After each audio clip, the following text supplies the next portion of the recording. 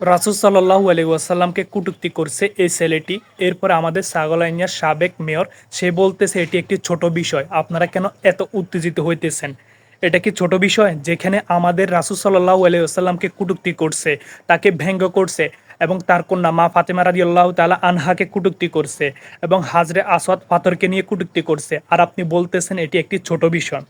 এখানে যদি আমার ভাই বোন বা আমার মা বাবা থাকতো, তারাও যদি এরকম করতো, তাহলে আমি তাদেরকে কিন্তু রেহাই দিতাম না। আর আপনি কে?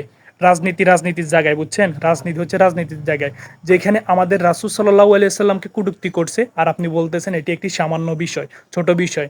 আপনারা যারা ভিডিওটি দেখতেছেন, ভিডিওটি প্রচুর পরিমাণে শেয়ার করে দিবেন যাতে সবাই দেখতে পারে। এখন এই ছেলেটি পুলিশের কাছে আছে, তাকে চট্টগ্রাম পাঠিয়ে দেওয়া হয়েছে। আমরা তার দৃষ্টান্তমূলক শাস্তি চাই, তার সর্বোচ্চ শাস্তি যেন ফাঁসি হয়।